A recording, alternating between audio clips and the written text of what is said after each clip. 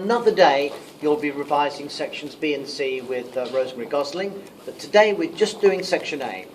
What I'll do is I'll take up some of the most difficult parts of section A and try to make them easier for you. Secondly, I'll get you to do some work because it's good for you to practice answering questions, and then I'll see how you're getting on and it'll make my teaching easier. So it won't just be me talking to you and you sitting listening to me, it'll be us working together. I'll also improve your exam skills, and I'll give you some ideas which we call transferable skills. That means you can use them in different parts of the course. I'll give you case studies and ideas and concepts that you can use in a number of different questions, including questions in section B and C. Although I'm revising section A with you, I'll be giving you some ideas you can bring into a globalization or an organization question as well, so remember that. We'll be going over the exams, and I'll also say that once you have some knowledge, this is the best way of writing an exam answer. So we'll be looking at exam skills.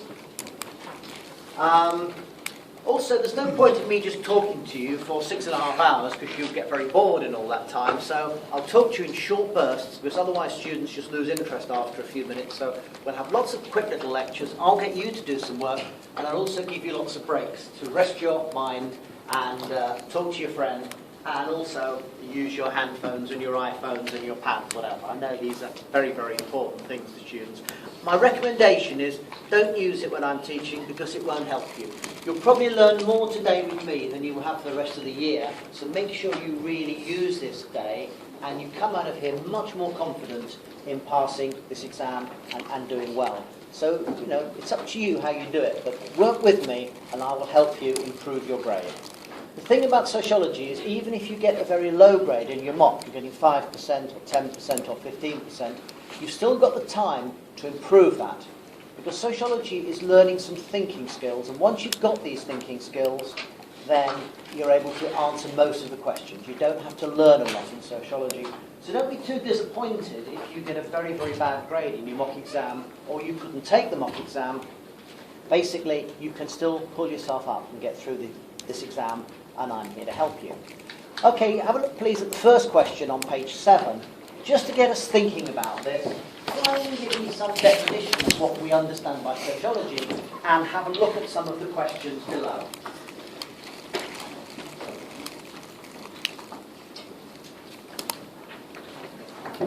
Relationship between the individual and society, or it's the study of social behaviour, social action.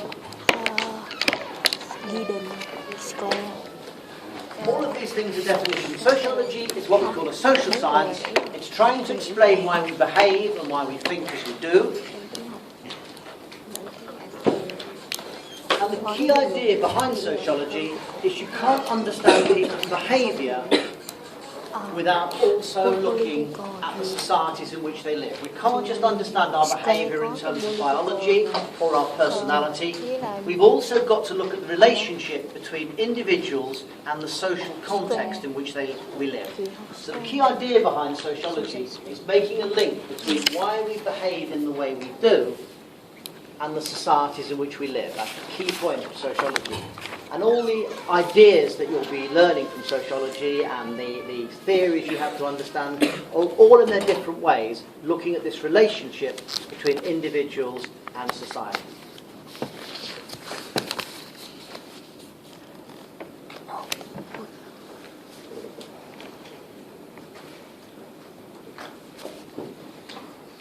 Individuals and societies work. Well, we've got some core concepts here, and we're going to start by looking at these core concepts. Basically, sociology, the best way to do well in sociology is to understand what the subject is about. And what we're going to do now is we're going to spend the first part of this session looking at what we call the foundation or the core concepts in sociology. Can you hear me at the back? They haven't yet given me a microphone. Can you still hear? If I shout, okay? If you've got any comments for me, by the way, talk louder, talk softer. Can you go more quickly? Can you go more slowly? Can you go back to London? Anything you've got to ask me, then I'll do my best to oblige, because I'm here to help you. Imagine you've come to a restaurant I'm your waiter. I'm here to offer these things to you and to make sure you have an enjoyable day, but a productive day. Okay, now, these concepts are really, really important because they're foundations of sociology. You may well get a question on one of them in the exam, a direct question on socialization or culture. But even if you don't get a direct question, you can bring these concepts into other answers. So basically, I would like you again to look at your paper. If you're here, can you please make sure you've given me a definition, please, of culture? Some of you have come a bit late, some of you started earlier. Just imagine you're in the exam now. Give me a 2-sentence definition, please, on culture. If you're here, you will keep at the front of this row here. You try socialisation for me, please. Imagine you're in the exam, you're trying to answer the question, socialisation. And if you're in the back corner, can you please try identity form? Just have a couple of minutes writing me a good, clear definition of these concepts. This is what I've asked you to do.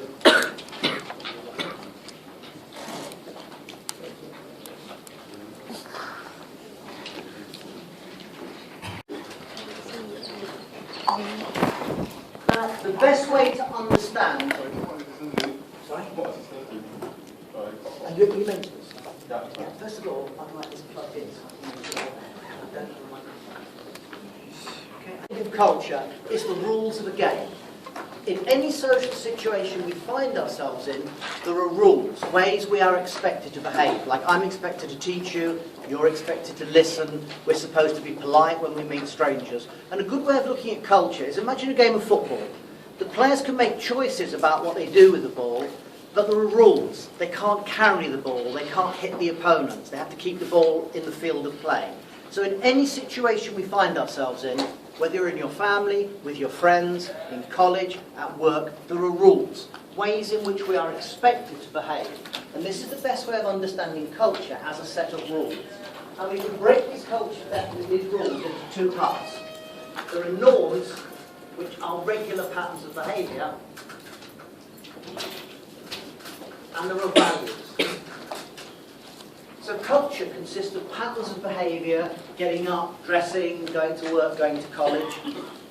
There are regular ways of behaving, but we're not just machines, we also have beliefs. So you come to college and do certain things, go to the library, listen to classes, but if I said to you why you're here, you'd say because I want a degree to get a better job. We have a reason for acting, for why we're acting. So culture is a set of rules that consist of norms, patterns of behaviour, and values and beliefs. And that's all we mean by culture. And culture is effectively a way of life.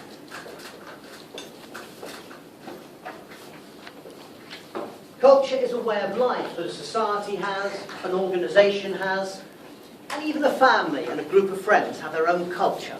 So it can be microculture or macroculture. Now, culture is a transferable skill because you can bring the idea of culture into many different exam questions. So underline it because it's really important. Just check your answers, those of you that wrote culture, and see how you might adapt it. Okay, socialisation. Socialisation is how we learn the values of our culture.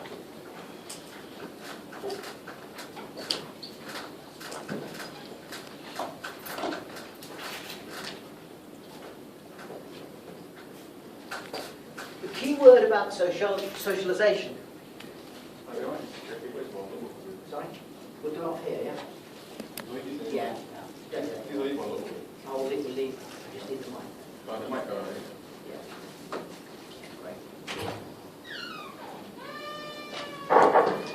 Okay, the key idea of socialisation is learning. This is really important because a lot of you in your exam said socialisation is social interaction. That is too general an answer. If you remember writing that, don't do it because it's about learning. It's how we learn the values and beliefs of our society.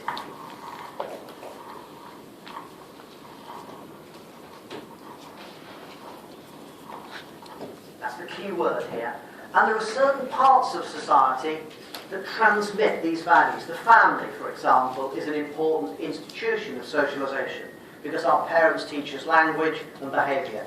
The school is all about socialising us into discipline and respect. But it doesn't stop when we leave school. The media, your organisation, if you're religious, your religion will help socialise you into ways of behaving and ways of believing. Now, one of the ways that you can illustrate a key concept like culture or socialisation is to bring in an example. Bring in a simple example to show the examiners that you understand the concept. And I will illustrate to you how we use an example for culture and socialisation. But I've been talking to you for a few minutes now, so check your notes. Have a look at what you've written so far. Make sure you've got a good, clear understanding of culture and socialisation, because these are very, very easy marks. If these come up in the exam, and socialisation was in your mock exam for about 6 marks, I think, these are very easy marks, so don't throw them away. Okay? Just check that for a minute and make sure you've got those. Or alternatively, if you want to rest your brain and you can pick up your hand phones. You call them hand phones here, don't you? In the UK we call them mobiles, and when I go to the States we call them cell phones, but hand phones over here, so that's the term we'll use. It's interesting, by the way, while we're on culture, is that culture have got different languages. When I first came to Singapore about 15 years ago, I went to a dinner with SAM people, and they said, Dr. Taylor, would you like to use the restroom? Now, I'd never heard the word restroom, so I thought, oh, they must have a room where you can lie down. And I said, no, I'm not tired, thank you. I then discovered what they mean by that. Okay, just check your notes while I pick up my overhead. Or talk to the person next to you, or close your eyes and have a rest.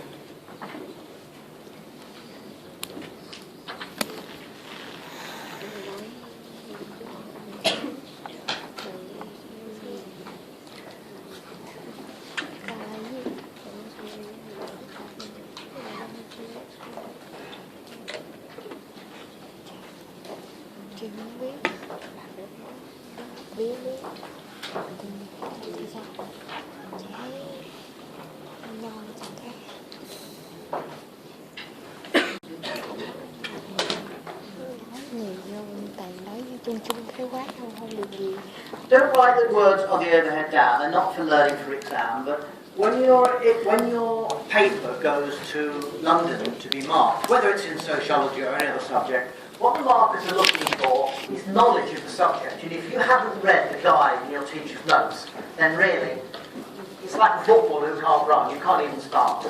So you've got to do some work, and that's obvious. But assuming you've got some knowledge, what the examiners look for is a skill of interpretation. Do you understand the key idea, or theory, or a method, what it's about? Can you break it down into its key parts? That's called analysis. Can you apply it to the question that's been set, or illustrate it? And what we mean by evaluation is, do you know what the theory does well, and what it does not so well? It's judging it. Okay, so those are the skills, and we'll use those skills later on this afternoon when we go to look at how we can make theory easier.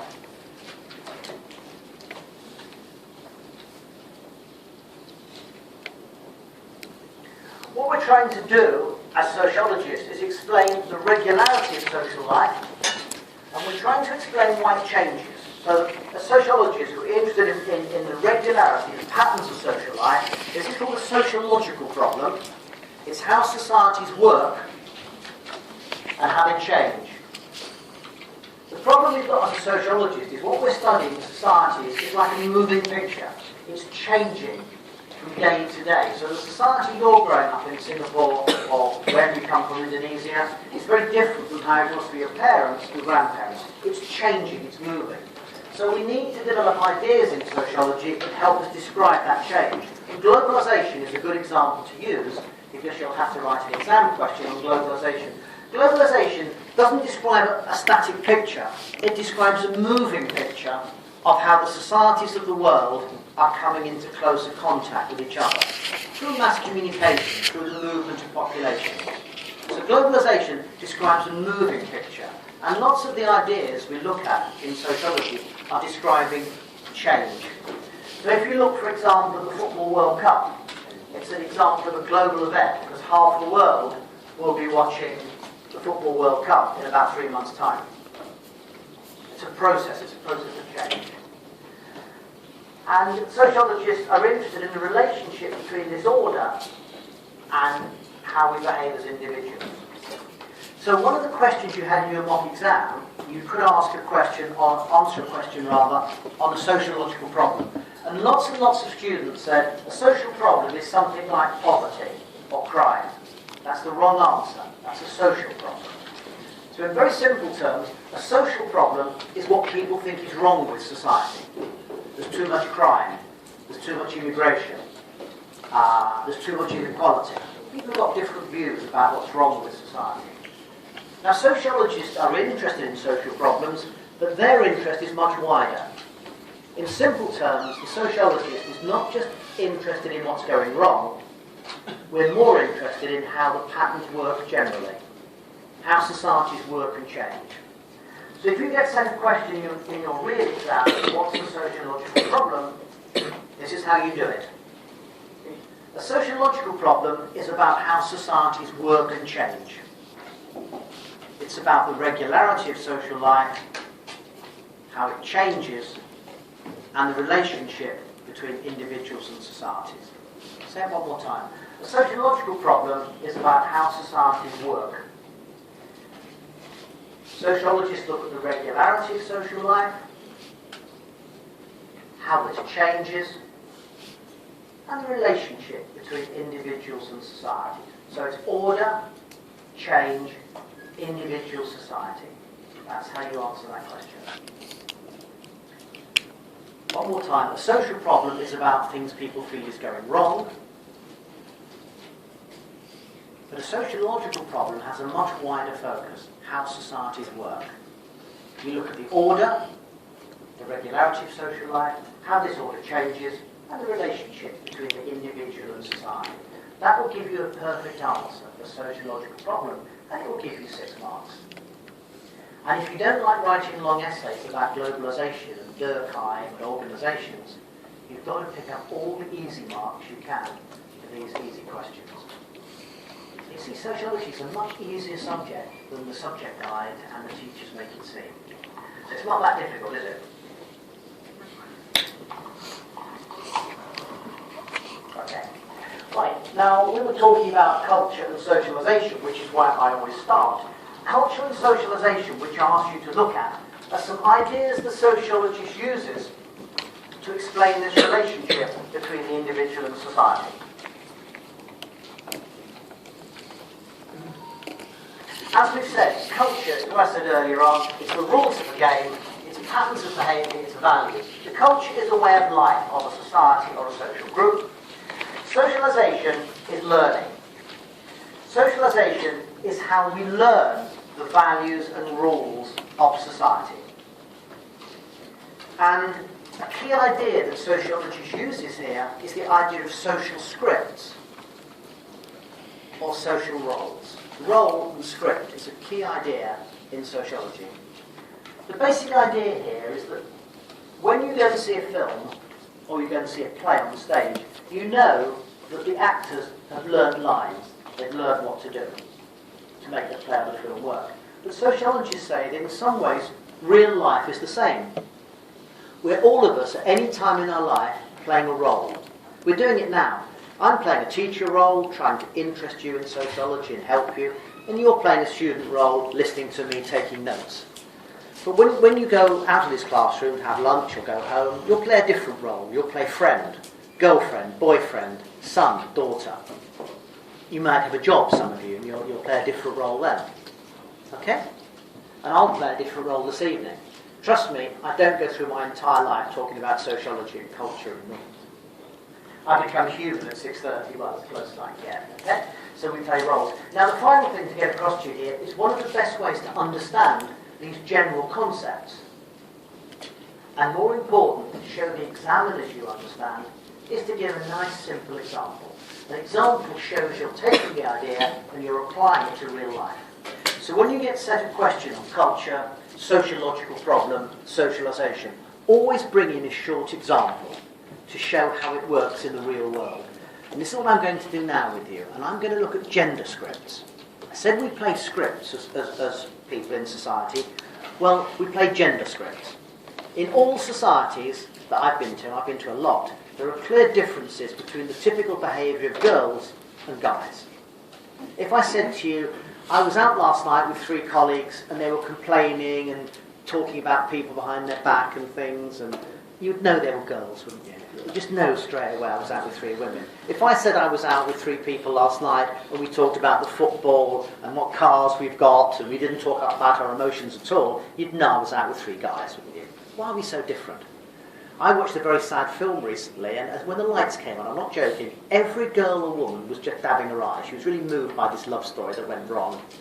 The few men that had been dragged along by their girlfriends were sitting there going, why have I had to watch this rubbish about kissing and things like that? I'm not interested in this. Why are we so different? Well, one idea is obviously we are biologically different. Girls and guys have different brain structures and different hormones. But the sociologist says it's not just biology. There is also a process of socialization. And you don't have to be a sociologist to appreciate this. We all can understand it from our own experiences. Just one of the things we do in sociology is we teach our students something called making the familiar strange. It means look at something quite ordinary, an everyday thing, shopping mall, a coffee bar, a restaurant, your own home. Look at it as a stranger would, and you see things differently. Okay, now just at lunchtime, these are Western girls, I bet you'll know different. Just look at women at the table talking to each other. Just sit back and look. What you notice here is the bodies are always into each other. There's eye contact. They're smiling, they're shaking their head, they're showing emotions. You can imagine what these girls are talking about, can't you? They're complaining about someone, they're talking about feelings and emotions. They might be saying, I don't know why she goes out with him. He's not right for her, he'll never stay with her. Oh, I know, it's terrible, do you hear what happened? They just do that. You would never see a group of men sitting, looking, talking like that. Can you imagine, guys, you're going to go out with a couple of your friends for a coffee or a lunch, and you say, oh, that's so emotional. We just don't do this. Why are we so different? You wouldn't see men talking like that. Watch how men talk to each other at the table. They're sitting back, they give each other space. And you know if they're guys, they're probably talking about things. Men are much happier talking about material things, cars or sport or something. Now, why are we so different? Well, the sociologist says it's to do with socialization. I know it's like in Singapore, but in UK, we give our girls toys like this, little houses. Girls play with houses and they put their dolls in there and there. Now, what's this telling the girl? This is telling the girl, get used to this little house, because in 20 years' time, you'll be cleaning it, you'll be doing the washing, you'll be looking after it. Boys don't get this house. Boys never think to do this, because straight away, the girl is being trained. And she's also being trained to look girly. Were you ever given clothes like this as a boy? Were you ever dressed up in pink and fluff and little pretty things like that? Because you weren't. You put a pair of shorts on and went through. Okay.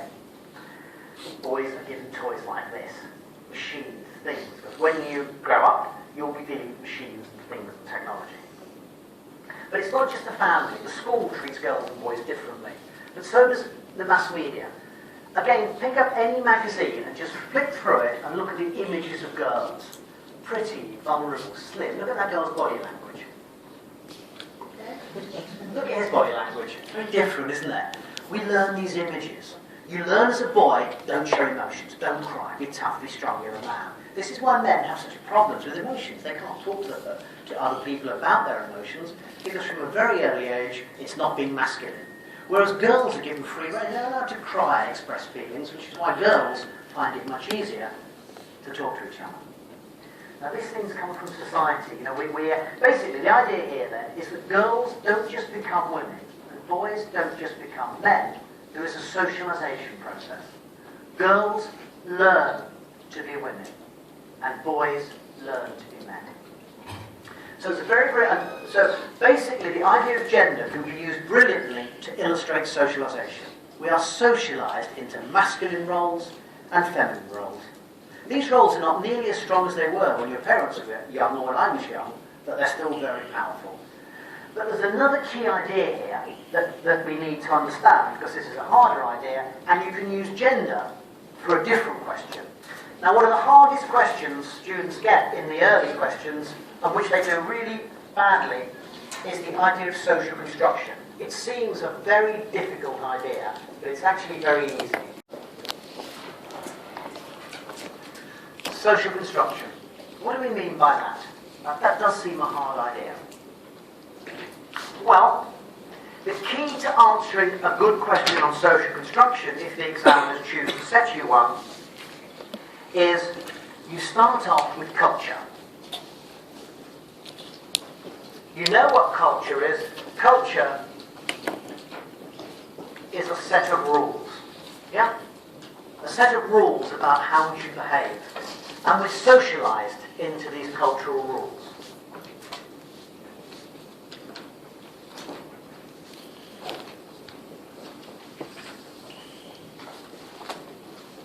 You know, we've said this before. Culture is the rules. Socialisation is how we learn them. And once we've learned those rules, it gives us a way of looking at the world and a way of behaving. This means that the way in which we behave comes from society or from culture. Therefore, our behaviour is socially constructed. All we mean by that is it comes from society. One more time, because this is not the easiest idea, but I'm going to make it simple for you. If you see the word social construction in an exam paper, it's tough. So the first thing you do is you say, that's about culture. Culture is a set of rules. We learn about these rules, and that gives us a way of looking at the world and a way of behaving. Therefore, our behaviour comes from society. Therefore, our behaviour and our values and our ideas are socially constructed. They come from society. Very simple example. If you meet someone new at work, I'm introduced to someone, I'm one of the teachers, I shake their hand and say, hello, I'm Steve Taylor, and they say, hello, I'm somebody else. That's not something I've invented, shaking hands and being polite. That's what comes from culture.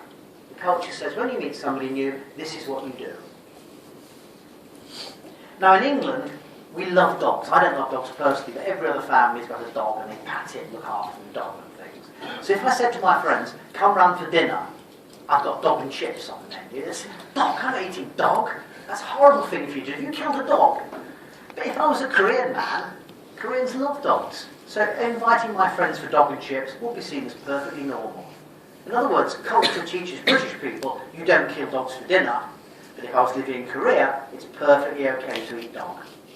These things come from culture. Let's have another look. Let's have a look at dress. Again, I've got Western girls here, but it's even more the case in Singapore, being a hot country, that women, young women, walk around with large parts of their body visible. I mean, a lot of you now would have that legs, the arms, sometimes the midriff. It's perfectly normal. Cultural values say, when you dress, a large part of your body is exposed.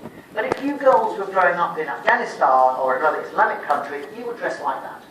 The culture teaches girls and women growing up in certain cultures that being a woman is being modest, and you cover up your body because it's impolite to leave parts of your body showing. Now, it's not that girls here or girls in Britain have made a free choice. I wear a short skirt or shorts and have my arms showing. This is what your culture says is the way you should dress. Just the same, those girls haven't chosen these hijabs. That's what the culture tells them they should wear. So dress is another very good example of illustrating social construction. So what have we said then? We said culture is a set of rules. We learn about these rules through socialisation. A good example is we learn gender splits. I'm a woman, that's how I behave. I'm a guy, that's how I behave. This is social construction. Why? Because it comes from society.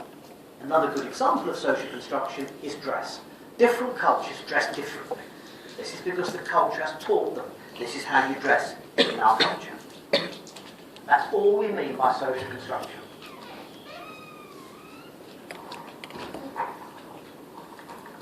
So I hope I've shown in the first half an hour that some of these ideas that seem very difficult, they are much easier to understand if they're presented in the right way. Use an image. Culture is rules. Socialisation is learning. Social construction is learning the rule of behaving because the culture has taught us to behave in this way. So sociology is a lot easier than some people think it is, isn't it? Okay, now I asked the people at the back to do identity. Identity is another core concept that came into your mock exam, and it may be in the real exam. Now the key idea of identity is an image we have of ourselves. It's not us, it's an idea of who we think we are. So identity is who we think we are, or also how other people think we are.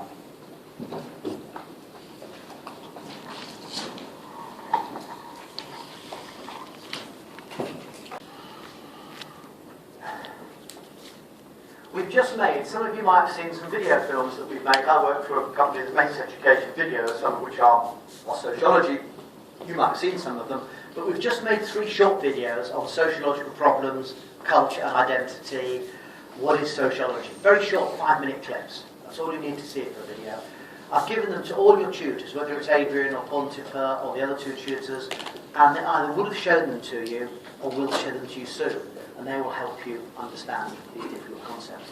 But the idea that helps us with identity is an image. And I think a good idea is, think of a mirror. When you brush your hair in the morning or clean your teeth, you see an image in the mirror looking back at you. It's not you, it's an image of your physical appearance, your face. And identity is the same. It's an image we have of ourselves. Now, what I'm going to try and show you now is identity is also a social construction. Even the ideas we have about ourselves as individuals comes from society.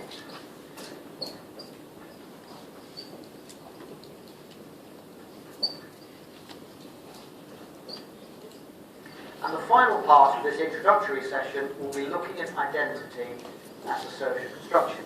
And here I would like you to do an activity with me, and the reason I'd like you to do it is for the following reasons.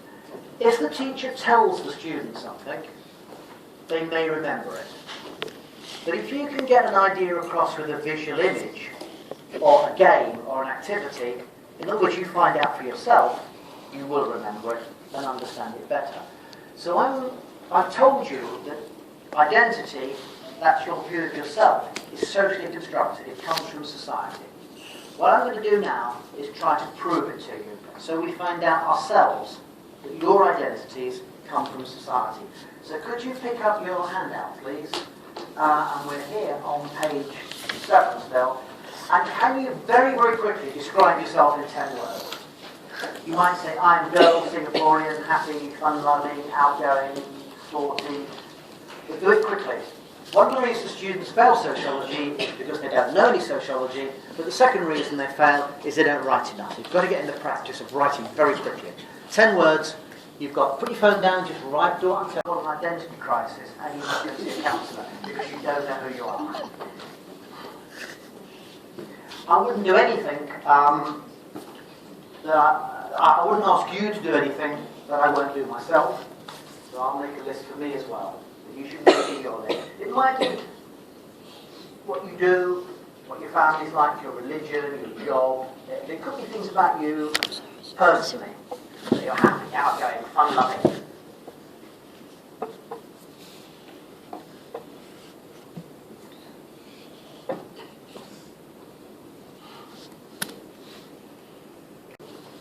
I'm male.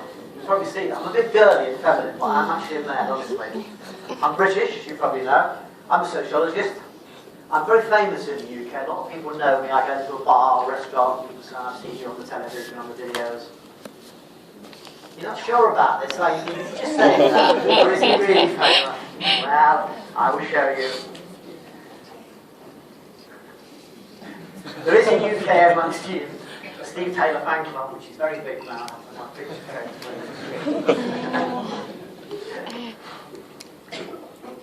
You can start one here if you like.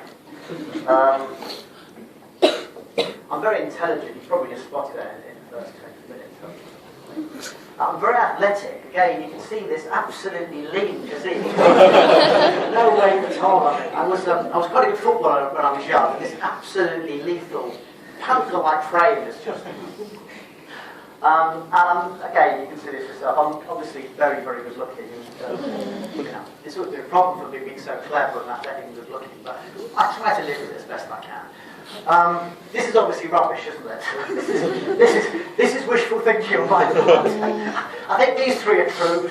I think these are a bit. Okay, let me give you another one then, a more serious one. Who's that? My colleague, Mrs. Gosling. Mrs. Gosling. Now, I've written down 12 things about Rosie.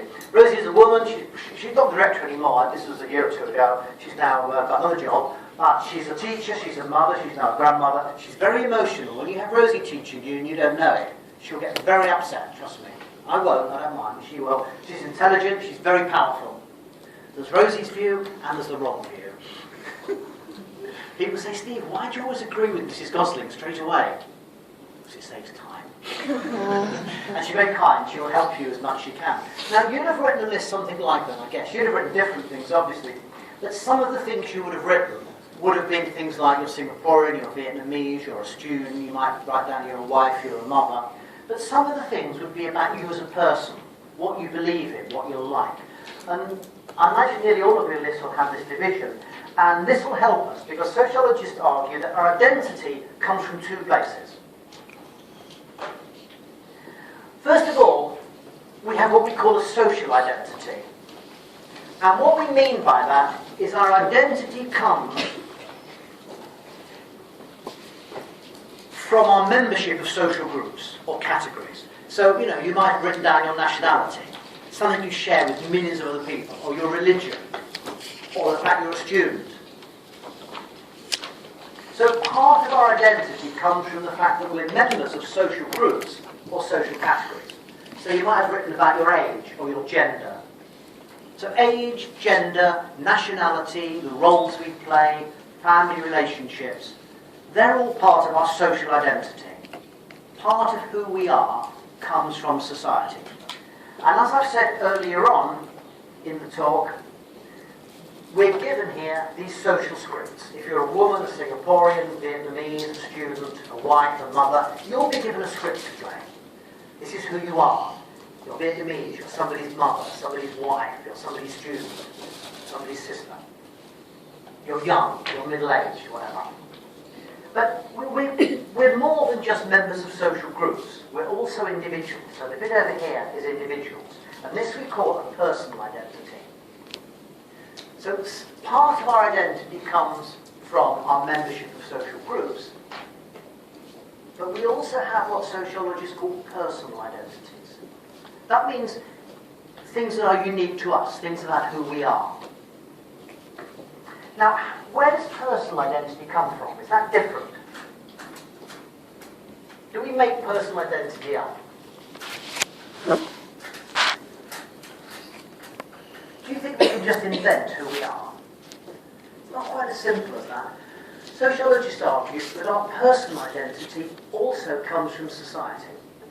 And there's a key phrase that we will come across later on this afternoon, but it's one you should remember. It's another transferable skill. You can use it in identity questions and theory questions. And sociologists call it taking the role of the other.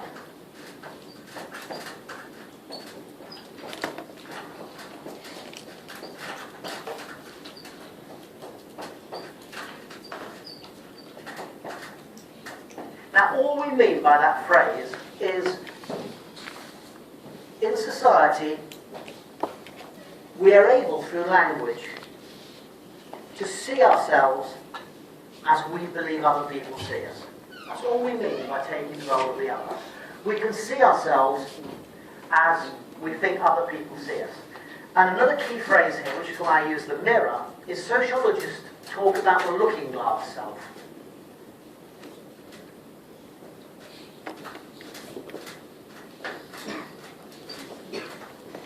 The looking glass self.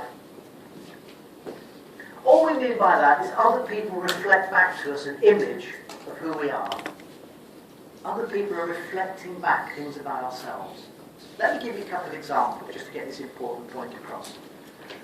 When you're young, your teacher grades your work. And she might say to one student, that's very, very good, you're doing really well. And the student begins to look at themselves as clever and capable. A second student might get, you should be working harder and doing better than that. So the student thinks of themselves as lazy but clever. And a third student, that's a bad piece of work, but what can I expect from you? The student begins to see themselves as not very intelligent. So when our teachers grade our work, particularly when we're young, they're doing more than giving us a mark, they're also giving us an identity. Clever but lazy, not very clever. Or another example, imagine you're a girl, some of you have been girls, you're 15, 16, 17, and you start walking down the street and guys are looking at you and phoning you up and asking for a date and saying, oh, you're lovely. You begin to develop a sense of yourself as pretty, as attractive, because other people are reflecting back to you. If somebody says when you go, oh, sit in that corner, please, in the dark, where people can't see you, you perhaps get an idea you're not so attractive or pretty. So other people reflect back to us images about ourselves. And we have these images reflected back to ourselves, and we begin to construct an idea of who we are as a person. So we begin to construct an identity. We construct our identity by the images we get from other people, and we make comparisons. We begin to compare ourselves with people we see around us. So if you've written down that you're lazy, it's because a lot of other people on the course are working harder than you are. If you've written down you're very pretty, it's probably because people have told you you're pretty, and you see images in magazines of girls or guys who look like you and so on. So we construct a personal identity. We construct it through social interaction, through society. So we construct an identity for ourselves, but we construct it through social interaction.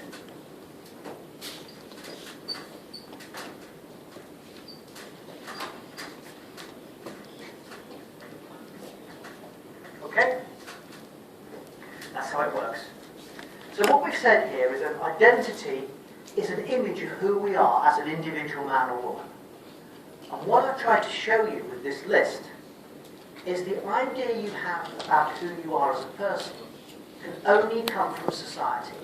It comes either from your membership of social groups, mother, Vietnamese, student, wife, or whatever, female, or it comes from the images we've constructed of ourselves as individuals through interaction with other people.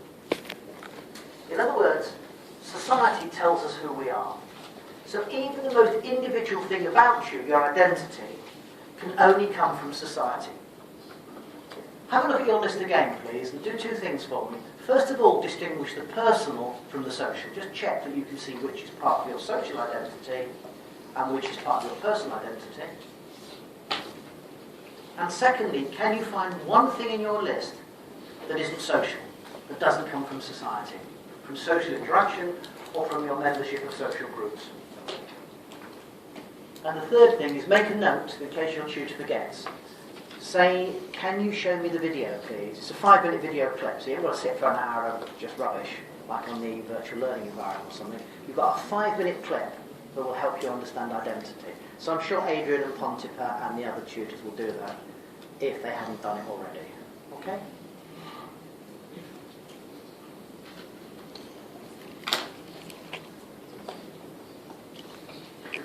So what we're trying to show then is that even our most personal thing about us, who we are, is social.